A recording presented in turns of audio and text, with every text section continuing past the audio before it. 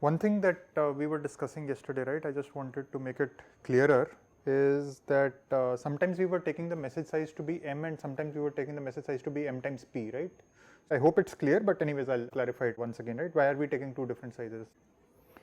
So the crux is that if before and after the operation the sizes on the nodes,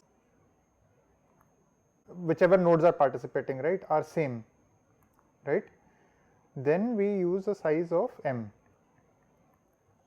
Okay, and if the sizes on some or all nodes are p times, right, either before or after, right, because it depends on the number of processors. If it depends on the number of processors, the size, then we take the size to be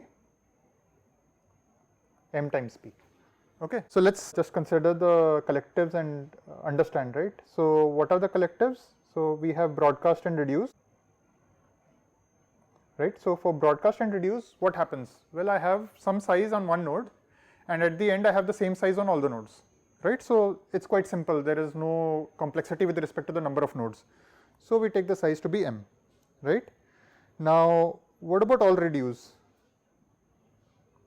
So broadcast and reduce, the size is m. What about all reduce? Initially everybody has some elements and at the end everybody has the sum of those elements, right? So initially also they have m elements, at the end also they have m elements, right? So again we take the size to be m. Okay, what about scatter and gather? Scatter. So what happens in scatter? Initially one node has a large array and at the end that array is split up and distributed amongst all the nodes, right?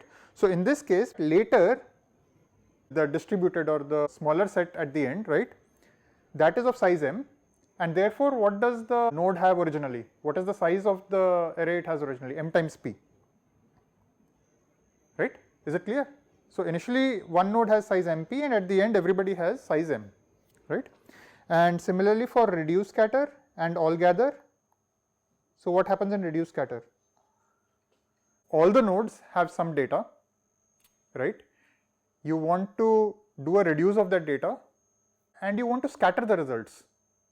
So if you have, let's say, 10 processors and you have 10 elements, you want to do a reduction of all these 10 elements, but you want the result of the first element, the sum of all the first elements to be available on node 1, sum of all the second elements to be available on node 2 and so on, right?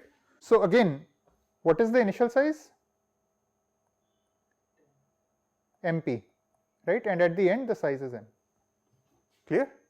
So whenever there is a change in size, we are using mp as the size because it's dependent on the number of processors, and whichever one is the smaller size, that we are taking to be m, right? So for scatter it's like this. For gather, what would it be? It would be the other way around, right? Initially everybody would have size m, and after the gathering, when it comes to a single node, the size would be m times p, right? Clear? Okay, so there should be no confusion because we are sometimes taking a size m, sometimes taking size m times p, right? So it should be clear what we are doing.